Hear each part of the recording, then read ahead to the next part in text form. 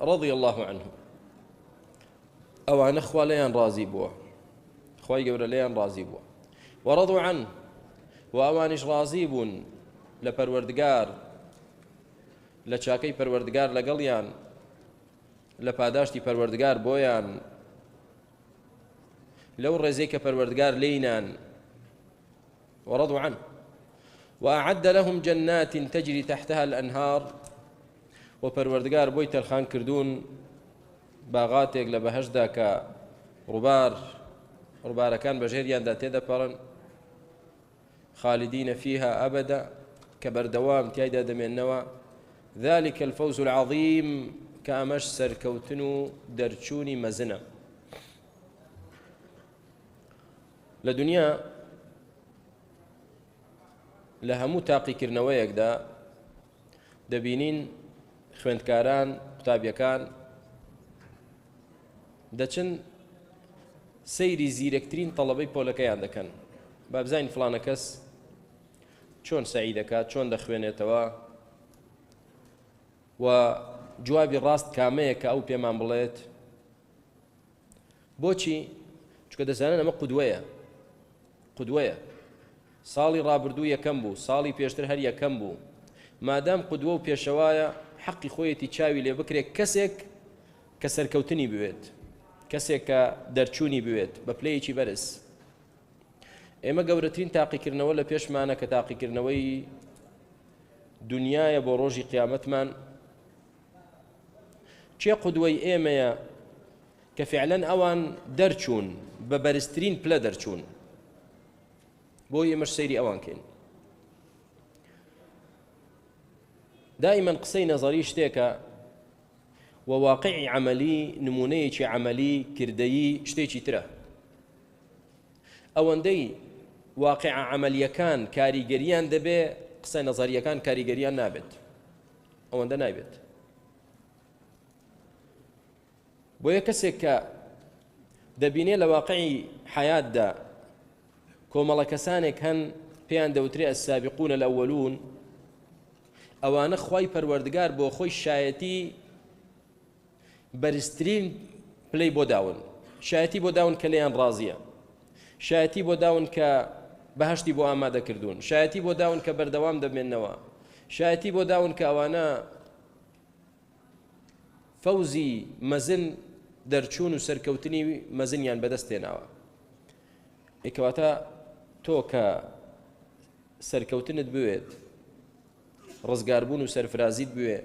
نابێ سەیری ئەوکەی، نابێ شوێن ئەوانەکەویت. بەڕێزەکانم، ئێمەی موسڵمان هەر جارە و فرقەیەک، هەر جارە و گروپێک، کۆمەڵێک، کەسانێک خۆمان لێ دەکەن بە قودوە و پێشەوە، و بانگمان دەکەن کە وەکو ئەوان بین، لەسەر ڕێچکەی ئەوان بڕۆین. بەڵام پەروەردگار بە پێچەوانەی ئەوانەوە کۆمەڵی قودوەی بۆ ئێمە داناوە، پێشینە چاکەکان دەفەرمێ والذین اتبعوهم بإحسان رضي الله عنهم ورضوا عنه. ئەگەر ئێوە شوێن سابقون الأولون بکەون، ئەوە ئێوەش لەوانە دەبن کە خوا لێیان ڕازی بووە و ئەوانش لەو پاداشتی خوا ڕازی دەبن، و هەروەها پلەی بەرزی بەهەشتیان بەنسیب دەکات و سەرفرازی مەزنیان دەکات. ئەمەشە جیاکەرەوەی نێوان ڕێبازی ئەهلی سنەت و جەماعەت لەگەڵ ڕێچکەکانی تر. هەر ڕێچکەیەک، هەر مەزهبێک، هەر حیزبێک، هەر گروپێک بانگت دەکات بۆ پەیڕە و پرۆگرامی حیزب و گروپ و جەماعەت و فرقە و مەزهبەکە و کەسایەتیەکەی خۆی، ئیلا ئەهلی سنەت نەبێت. خەڵک بانگ دەکەن بۆ شوێنکەوتنی پێغەمبەری خوا عەلەیهی سڵاو وسەلام و سەحابەی کیرام. بە کەس ناڵین وەرن شوێن ئێمە بکەون، بە کەس ناڵین ئێمە قودوەتانین، دەڵێن قودوەی منیش و تۆش، پێشەوای منیش و تۆش کە سەیری کەین، چاوی لێ بکەین، وەکو ئەو بیکەین. بریتە لە ئەوانەی کە خوای گەورە لە قورئانەکەیدا شایەتی سەرکەوتنی بۆ داون. چێن؟ السابقون الأولون من المهاجرين والأنصار. وەوە مەزانە ئەمەش حیزبێکە لە حیزبەکان. کاکە ئەمڕۆ مسلمانان پارچە پارچەن و حیزب حیزبن و ئەوە فلان حیزبە، ئەوە فلانە، ئەوەش سەلەفیەکانن. نا بوەستە شەیطان فێڵت لێ نەکات سەلەفیەت حیزب نییە. حیزبی چی؟ وەڵا نە حیزبە و نە من مؤسیسەکەیم و نە من ئەمیرەکەیم و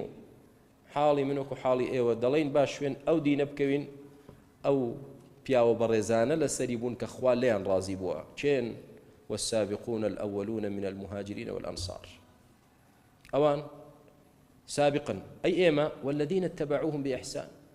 كبباشي شوين أوان كوين باداشت من شي دبي رضي الله عنه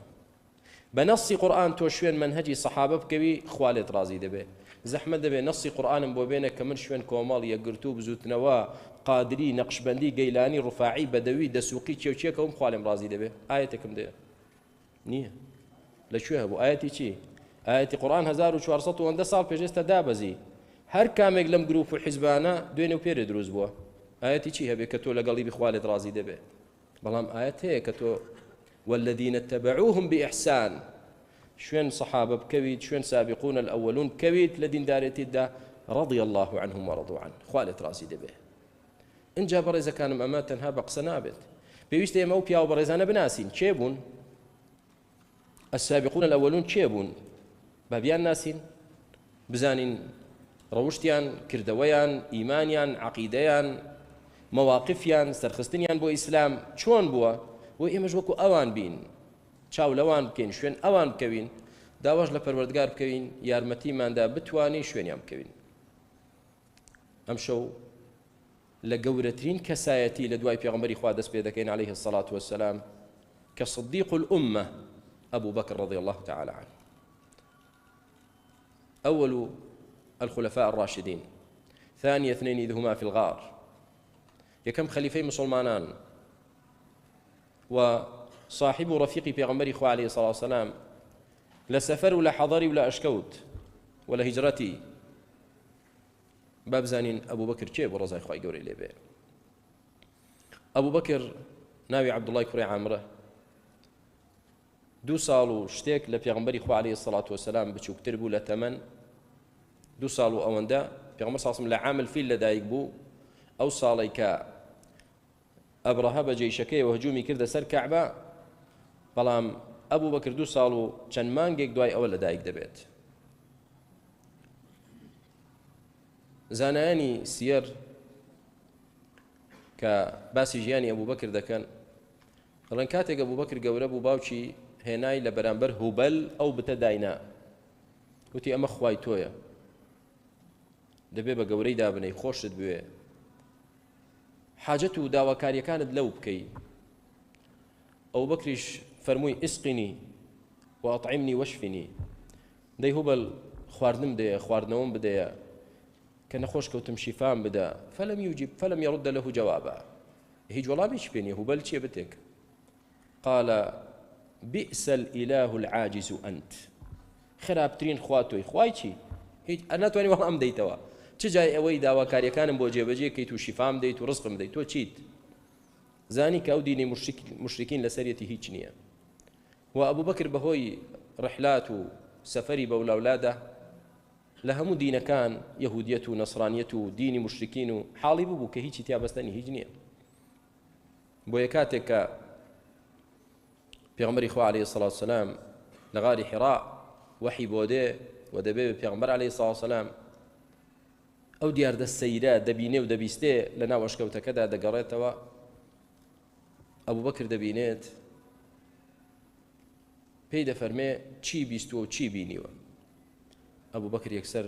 ئیمانی پێدێنێت صدیق بەڕاستی دادەنێت دوای مسلمان بوونی کە یەکەم کەسە لە چینی پیاوان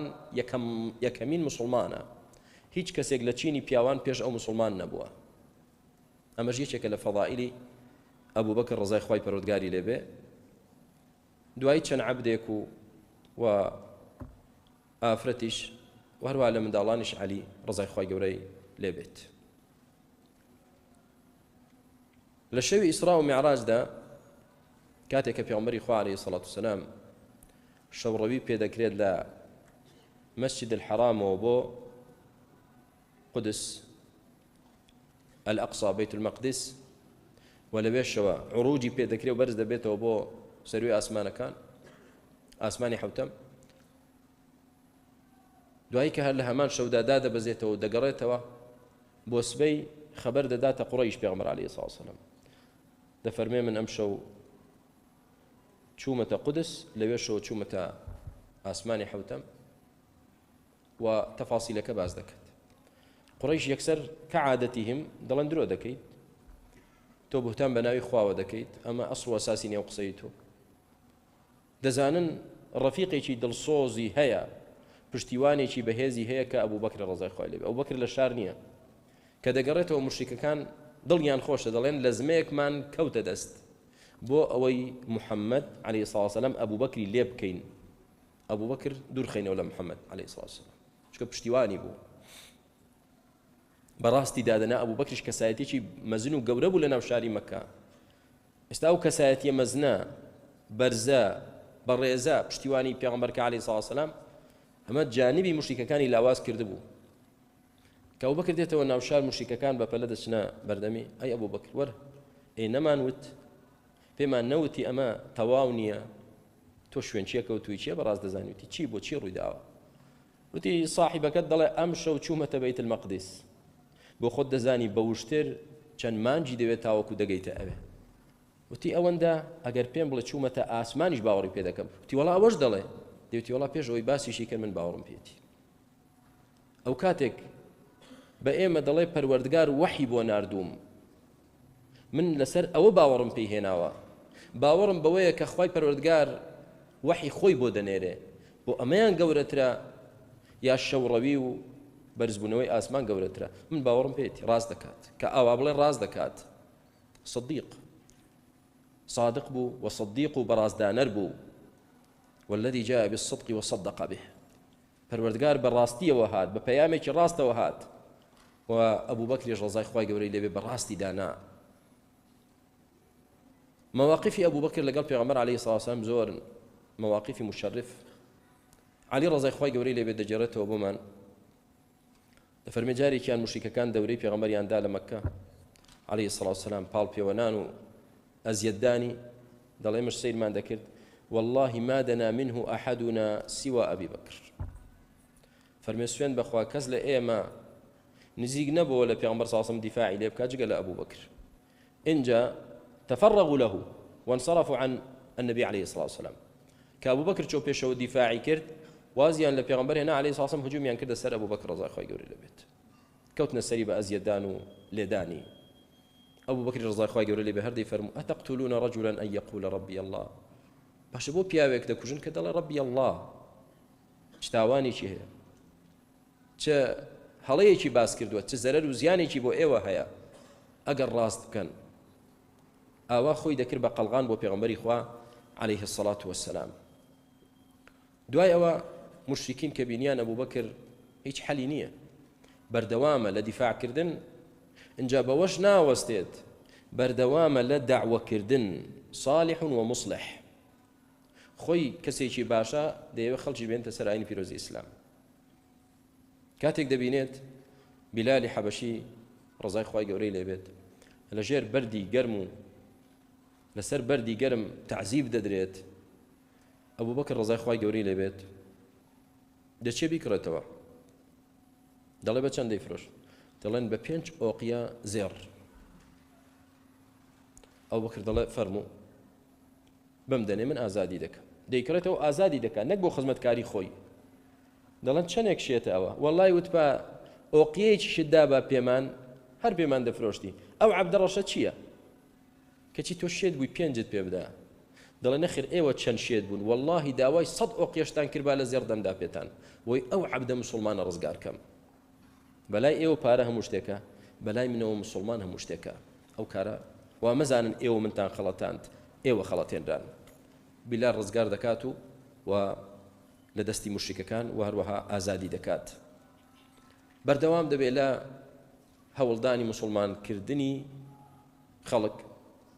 تا کۆمەڵێک لە عەشەڕەی مبەشەرە لە سەردەستی ئەبوو بەکر موسڵمان دەبنودێنە ناو ئاینی پیرۆزی ئیسلام.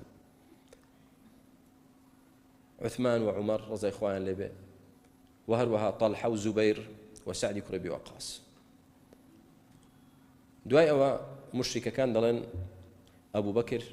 نابێ ڕێگەی پێ بدەین بەردەوام بێ لەو کارەی، با دەریکەین. ئەبوو بەکر دەردەکەن لە مەککە دەڕوات، یەکێک لە پیاو ماقوڵانی مشریکەکان کە ئیبن الدەغینەیە دەگەڕێتەوە لە ڕێگا دەبینێ ئەبوو بەکر لە مەکە دەچێتە دەرەوە دەڵێ بۆچوە ئەی ئەبوو بەکر ئەو بەکر دەفەرمێ وەڵڵا قەومەکەم دەریان کردم لە شارەکەی خۆم دەفەرمێ بۆست پیاوێکی وەکو تۆ هی ئەوە نییە دەربکرێ یا لە شار بچێتە دەرەوە با تۆ ببیتە موسڵمانیش با شوێن محەممەدیش کەوتبی عەلەیهی سڵاو وسەلام جا مەکە بە پیاوێکی وەکو تۆوە مەکەیە یعنی کەسایەتیەکەی ئەو ئەجینا حرمەتی مەکە و تعظیمی مەکە لەلایەن خواوە ئەوە لە شوێنی خۆیەتی بەڵام ئەهلی مەکە بە پیاوێکی وەکو تۆوە پیاون چۆن دەبێت تۆ بچیتە دەرەوە وەرە من جیوارت دەکەم لە پەنای مندا بە کەس ناتوانێت دەستکاری بکە لە ناو عەرەبدا براکانم ئەو عادەتە جوانە هەیە خەسڵەتێکی جوان کە کەسێکیان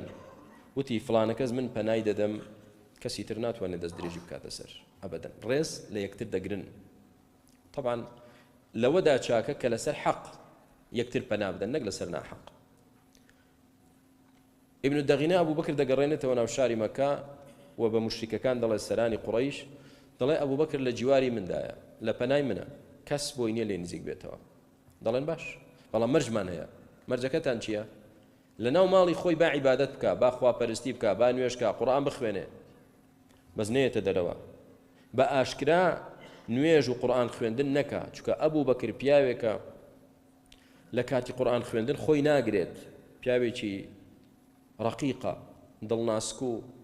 یعنی تەقوادارە طبعا ئێمە دەڵێن تەقوادار کە قورئان دەخوێنێ زۆر بە حەزینی و بە تەقواوە دەیخوێنێ ئافرەتانی قوڕەیش و گەنج و لاو و مناڵانی قوڕەیش بیبیستن تەسیریان تێدەکات نابێت لە ماڵ بێتە دەرەوە کاتێک کە قورئان دەخوێنێت ئەبوو بەکر ڕەزای خوای گەورەی لێبێ ماوەیەک لەسەر ئیتیفاقە دەمێنێتەوە دوای هەست دەکا خواپەرستی و دینداری هەرەوە نییە من خۆم خواپەرست بم هەرچی سەرشانمانە ئودعو إلى سبيل ربك دەچێت لە حەوشی ماڵەکەیدا مزگەوتێک دروست دەکا و دەست دەکا بە نوێژکردن و قورئان خوێندن ئافرەتان و مناڵ و گەنج و لاوانی قوڕەیش دێن لە دوورەوە سەیری دەکەن و متەئەثیر دەبن پێی کە فعلا پیاوێکی بە تەقوا و پیاوێکی بەڕێزە گوێ بۆ قورئانەکەی دەگرن بێگومان قورئان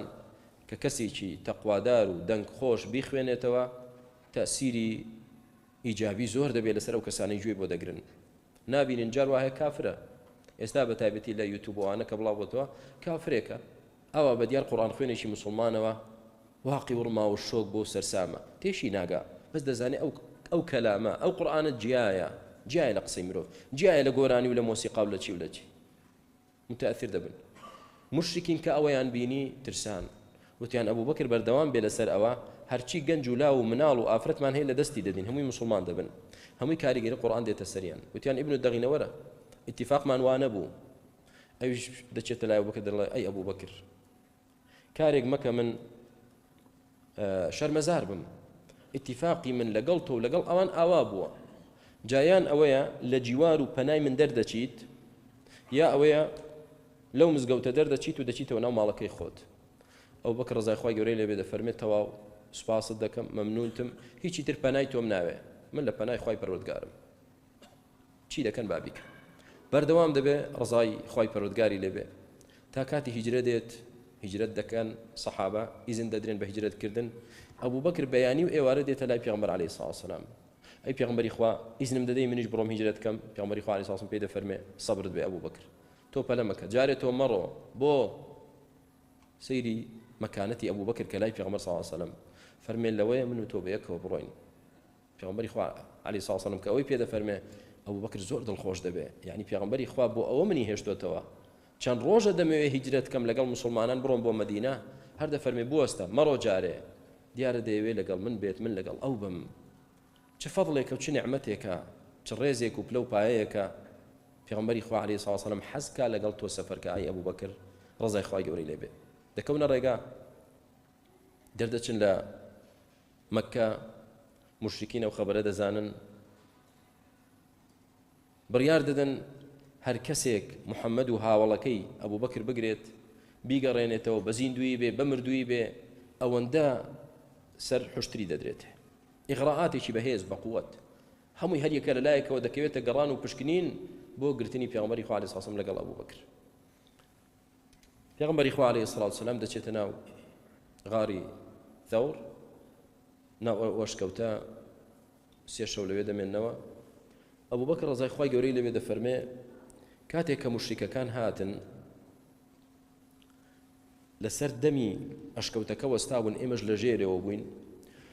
وتمەی پێغەمبەری خوا عەلەیهی سڵاو وسەلام خۆ هەر یەکێک لەوانەی سەرسەرمان ئێستا سەیری ژێر خۆی کا دەمان بینێ و من پیاوێکم لە مسلمانان هیچم زیاتر نییە لەوان کە لە ناویشتم پیاوێک لە ناوچوو بەڵام دینەکەی خوا تۆ دەیگەێنیت ئەی پێغەمبەری خوا عەلەیهی سڵاو وسەلام زۆر ترسم هەیە پێمان بزان و زەفەرت پێبەرن. پێغەمبەری خوا عەلەیهی سڵاو وسەلام دەفەرمێ ئەی ئەبوو بەکر مەترسە خەفەت مەخۆ ما ظنك باثنين الله ثالثهما تو دەبێ گومانت چۆن بێ بەرامبەر دوو کەس کە سێهەمیان پەروەردگارە جەل جەلالوه هەر کۆمەڵێک هەر دەستەیەک هەر کەسانێک خوای گەورە لەگەڵیان بێ بێگومان سەرکەوتون بێگومان پارێزراون جابا یەک کەس بێ با دوو کەس بێ کە خوای گەورە لەگەڵی بوو بەهێزترین شت لەگەڵیەتی بەڵام با مەلاین خەڵکت لەگەڵ بێ ئەگەر خوا لەگەڵت نەبوو لە بەرامبەرت بوو نەک لەگەڵ تۆ بێ بەخوا هەر تێدەشتێت و کۆتاییت پێدێ. إذ يقول لصاحبه لا تحزن إن الله معنا يقول لصاحبه بنص قرآن پروردگار إثباتي كرك أبو بكر صاحبه هاولي محمد عليه الصلاة والسلام استأمر كسانك بين قصب أبو بكر بلين يا بلين ما أبو بكر ما نابد أما صد لصد بيتشواني قرآن بيرزيو بأدبي برامر رب العالمين جل جلاله أبو بكر خواي قوله هالي بجارد بو أو ببيت صاحبي صاحبي محمد عليه الصلاة والسلام بيشتوننا وشكوتيان أبو بكر دفرمي أي پیغمبر عليه الصلاة والسلام بوستا نوك لنا وشكوتا كذا مارك دو بشكي كشتيجي تيابت من دس بيشتو دس منا وشكوتو أشكوتي تاري كذا شيء تناوي چندان كند بينه جلكاني خوي ورده بارچي ليه دبرتو دمي أو كوني بيدقري أو كونيتر تا جلكاني هيچ واي بره ونامنه كونيك دمنه پاژنە پێی خۆی لەسەر دادنێت نەکا لەو کونەوە شتێک بێتە دەرەوە ئەزیەتی پێغەمبەر بدە عەلەیهی سەڵات وسەلام. پێغەمبەری خوا دێتە ژوورەوە ئەی وەکر بکات جلەکانت بۆ وای فەرمەی پێغەمبەری خوا سەڵات وسەلام ئەو کونانەم هەموو گرتووە نەکا شتێک بێتە دەرەوە ئەزیەتت بدە. ئاوا بوو لەگەڵ پێغەمبەر صلی الله عليه وسلم. و هەروەها دوای هاتنە دەرەوەیان لە غار لە ئەشکەوت و ڕزگاربوونیان اینجا هیجرەتکردنیان بۆ مەدینە أبو بكر بردوامة لقال في عمر عليه الصلاة والسلام وعائشة كشي خوي دداته دبيبها وسري في عمر عليه الصلاة والسلام وبردوام دبي لا دعوة كردن وخدمة كردني في عمر صلى الله عليه وسلم خوي جوري للسربة تبينين روجي كان في عمر عليه الصلاة والسلام أمر دكات مسلمانان خير بكن چندان جار مشاريعي خير بروجي خير ده پێویستە پارەیەک لە بەردەست دابێ بۆ ئەو پرۆژە خێرە. مەثەلا ماڵێک دەسووتێت لافاو کۆمەڵێ ماڵ دەبات و لێیان دەقەومێ نەخۆشێک هەیە حاڵەتێکی زەروری و پێویستی بە هاوکاریە چەندان حاڵەتی پێویست دێت. پێغەمبەری خوا عەلەیهی سڵاو وسەلام کە داوا لە سەحابە دەکا کۆمەک و هاوکاری کۆکردنەوە. عومەر ڕەزای خوای گەورەی لێ دەفەرمێ ئەگەر هیچ ڕۆژێک لە هیچ کارێکی خێردا پێش ئەبوو بەکر نەکەوتبمەوە ڕەجام وایە ئەمڕۆ پێش ئەبوو بەکر بکەمەوە نیوەی ماڵەکەی دەهێنێت نیوەی ماڵەکەی ڕێک ماڵەکەی دەکاتە دوو بەش نیوەی دەهێنێ لە بەردەستی پێغەمبەری خوا دایدەنێ عەلەیهی سڵاو وسەلام. پێغەمبەر صلی الله علیه و سلم خۆی دەفەرمێ ئەی عومەر ما ئەبقەیتە لأهلک چیت هێشتەوە بۆ خێزان و مناڵت چیت هێشتەوە تۆ دەبینم ماڵەکەت زۆرینەی هێناوە دەفەرمێ ئەبقەیت لەهم مثله ئەی پێغەمبەری خوا صلی الله علیه و سلم بێخەم بە هاوشێوەی ئەوەی هێناومە ئەوەندەم بۆ هێشتوونەتەوە واتە کردومەتە دوو بەش. دڵی خۆشە ڕەزای خوای گەورەی لەوێ. أبو بكر ده همو مالك هنا في عمر صلى الله عليه وسلم فرمى ما أبقيت لأهلك فرمى أبقيت لهم الله ورسوله شت يشتوا بو خزان من أرض فرمى خوي جورا ما هو وخوي جورا الرازقة وتوج لجيان دا ما بي في عمر إخوة عليه الصلاة والسلام ضلنيا مناهلي هيج خزاني شي مسلمان بجيب كبت عمر رضي خوي جورا بك أود بينه فرمى والله لن أسابقك إلى شيء بعد ذلك أبدا تواو توبه جاري يشتري من بيجبرتشي لقال تو ناكم محاولة ناكم لهيش تيك دا بقى موتو شو ناكم بتو ناكم رضاي خوي فرودقاري يعني بيت روج يشتري أبو بكر رضاي خوي يقول اللي هر لقال عمر لشتيك سارديك دكيته بينيان فبلا أبو بكر ديب ولا بيغمر عليه الصلاة والسلام کە دێ بۆ لای ئەبوو بەکر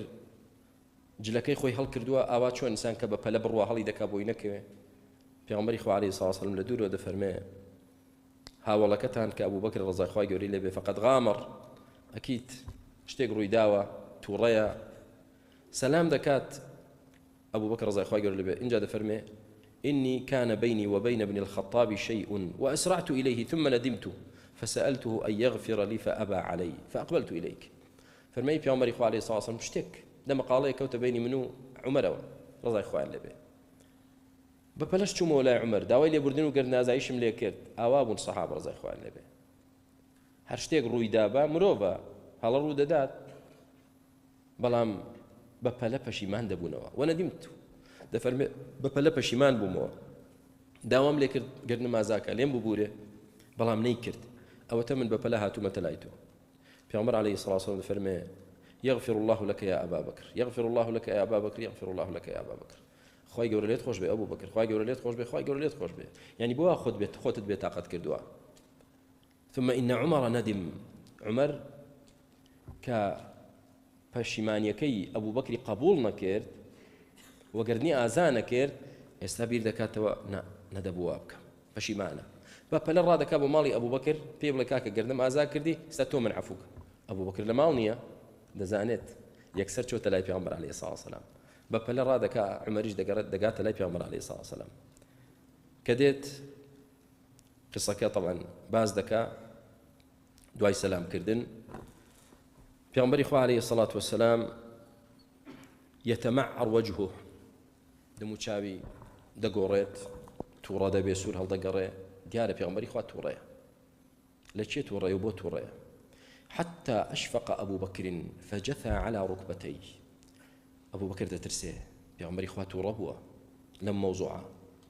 دەکەوێتە سەر دوو چۆکەکانی دوو چۆک دادەدات لە بەردەم پیامبەر صلی الله عليه وسلم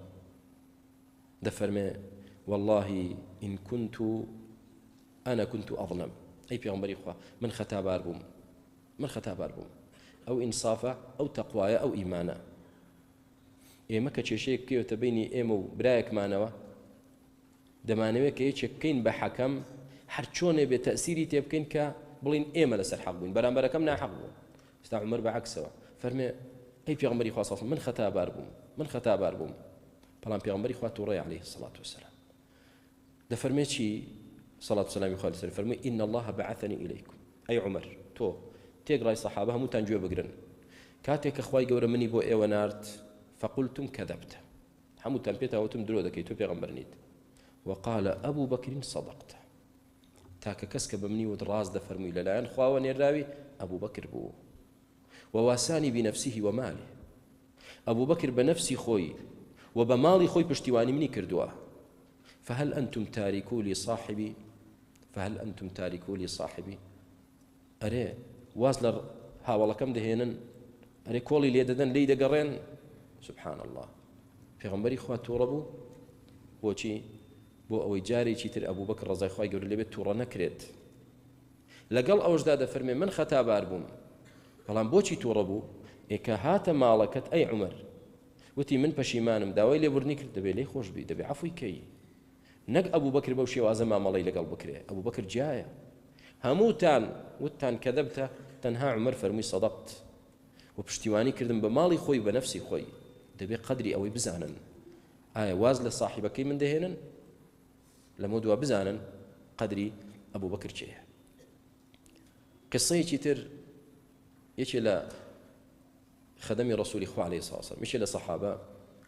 پیغمبر خوا عليه الصلاة والسلام پارچە زەویەک بە ئەویش و پارچە زەویەکی جیرانی ئەویش بە ئەبوو بەکر دەدا لەسەر شتێک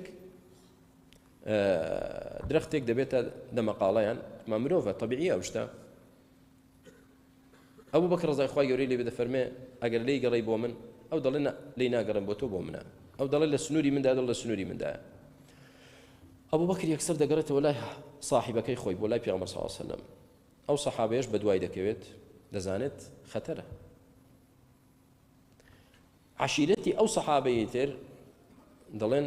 یعنی چی دەیەوێت درەختەکەشت بەرێ ئەوجا ئەوی شکایەت بکە لای پێغەمبەر صلی الله عليه وسلم عشیرەتەکەی پیاوەکان دەکەونە شوێنە و پیاوە دەفەرمێ بوەستن دەتانەوێت چی بکەن ئێوە نازانن و پیاوە چییە ئەو پیاوە ئەبوو بەکرە واللهی تووڕە بێ پێغەمبەری خوا تووڕە دەبێ بۆ خاتری ئەو و واللهی خوای گەورەش بۆ تووڕەبوونی پێغەمبەرەکەی تووڕە دەبێت قڕ بە سەرسەرم مەکەن بگەڕێنەوە گەلە کۆمە دەکەن دێن دیفاع لە من دەکەن پێغەمبەری خوا حکمی ناحەق نادا بگەڕێنەوە خۆم دەچمە لای پێغەمبەری خوا عەلەیهی سەڵات وسەلام ئەنجا دەچێ بۆ لای پێغەمبەری خوا عەلەیهی سەڵات وسەلام ئەبوو بەکر قسەکەی بۆ جێژێتەوە وەکو خۆی و ئەویش دەیجێڕێتەوە ئەبوو بەکر ڕزای خوای گەورەی لێبێ کە پێغەمبەری خوا سەڵات وسەلام دەفەرمێ قەزیەکە بەو شێوازەیە ئەو بەکر دەست دەکا بە گریان و دەڕوات دەفەرمێ ئەی پێغەمبەری خوا سەڵات وسەلام هاوڵەکەم ئاوایە و ڕەفیقەکەم جیرانەکەم ئاوایە و مەدحی دەکات بەهەرحاڵ ئەبوو بەکر نەبوو بەو پیاوە بەڕێزە ئەگەر خاوەنی ئەو ئیمان و تەقوایە نەبوایە ڕزای خوای گەورەی لێبێت کە باسی وفاتی پێغەمبەرکەین عەلەیهی سەڵات وسەلام بەهێزترین پیاوی ئیسلام کە دیار بوو عومەرە ڕزای خوای لێبێ خالیدی کوڕی وەلیدە ئەو پیاوە مەزنانەی کە لە حەدیثێکدا پێغەمبەر صلی الله علیه و سلم دەفەرمێ لو سلك الفاروق فجا لسلك الشيطان فجا غير فجه عمر بەڕێگایەکدا بڕوە شەیطان ڕادەکات لەو ڕێگایە دەزانێت چی لەگەڵ عومەر پێ ناکرێت چێت سەر ڕێگایکی تر هەمومان بەوە عومەر دەناسین کە عومەر پیاوێکی بەهێز حازم بەڵام لە مەواقفدا دەردەکەوێت بەوە نییە کە ئەبوو بەکر کەسێکی دڵناسک و کە قورئان دەخوێنێ خۆی بۆ ناگیرێ دەگرێت و کەسێکی بەڕەحم و بەزەیە یعنی کەسێکی لاوازە نه ئەبوو بەکر لاواز نییە هەواڵی وفاتی پێغەمبەری خوا صلی الله علیه و سلم بڵاو دەبێتەوە پێغەمبەر صلی الله علیه و سلم وفاتی کرد عومەر ڕزای خوای گەورەی لێ بێت کە دەبیستێت خۆی بۆ ناگیرێ دەفەرمێ والله دەست و قاچی ئەو کەسانە دەبڕم کە ئەو ئیدعایە بڵاوکەنەوە کە ئەو پرۆپاگەندەیە بڵاوکەنە بڵێن پێغەمبەر مردووە هەر دەست و قاچیان دەبڕم چێ هەیە جورئەت دەکا بڵێ پێغەمبەر مردووە عەلەیهی سەڵات وسەلام ئەبوو بەکر کە دەگەڕێتەوە دەچێتە سەر جەنازەکەی لەسەری هەڵدەداتەوە دەزانێ مردووە ماچی دەکا اینجا دەفەرمێ ئەی ئەو کەسەی سوێن دەتخوارێنی ئەی عومەر دانیشە بێدەنگ دانیش اینجا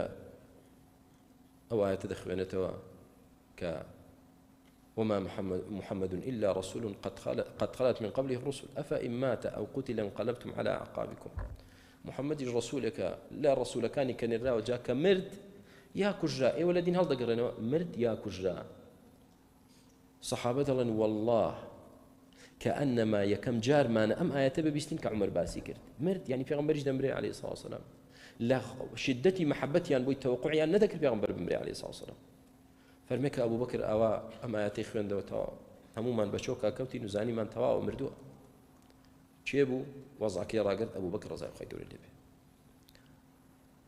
پێغەمبەری خوا دەمرێ عەلەیهی سەڵات وسەلام بە ئیتیفاق ئەبوو بەکر دەکەن بە خەلیفەی موسڵمانان وە چەندان بەڵگەی لەسەر هەندێکیمان باس کرد یەکێک لەو بەڵگانەی تر ئافرەتێ دێتە لای پێغەمبەری خوا عەلەیهی سەڵات وسەلام پێش وەفاتی شتێکی لەگەڵ باز دەکا پێغەمبەری خوا صلی الله علیه و سلم دەفەرمێ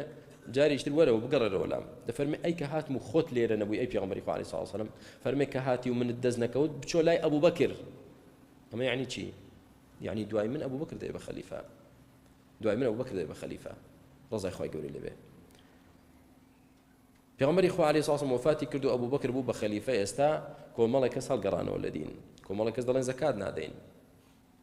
با بزانین ئەو پیاوە کە ئەبوو بەکرە ئایا قائیدێکی حازم و قائیدێکی ناجح و سەرکەوتوو بەهێزە یا دەڵێ کاکە گیان وەزعەکەمان ناسکە زوروفەکە ناسکە لێ ئەنگەڕێ چێ زەکات نادابانەیدا چێ هەڵگەڕاوەتەوە جارێ بێدەنگ بین دەست بە کڵاوی خۆمان بگرین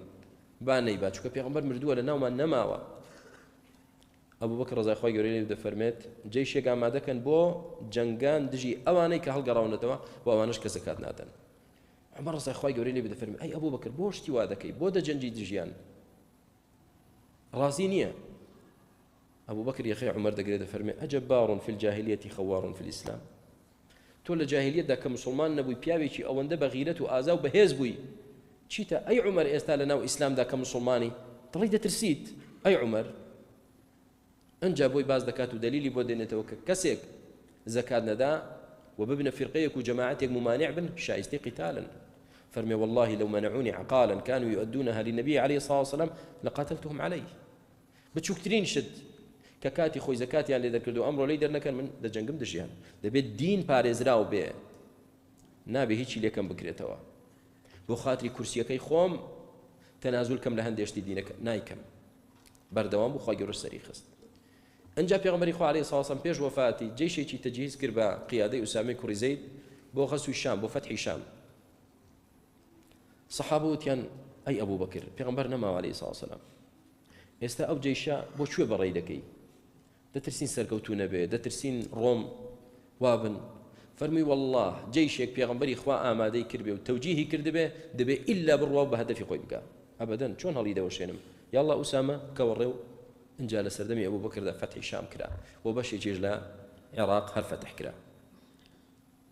ئەبوو بەکر ڕزای خوای گەورەی لێبێت لەگەڵ ئەوەدا دڵناسک بوو بەڵام ئیمانی بەهێز و ئاڕا و مەواقفی حازم و پتە بوو لە کاتێک کە دەبێ بە خەلیفە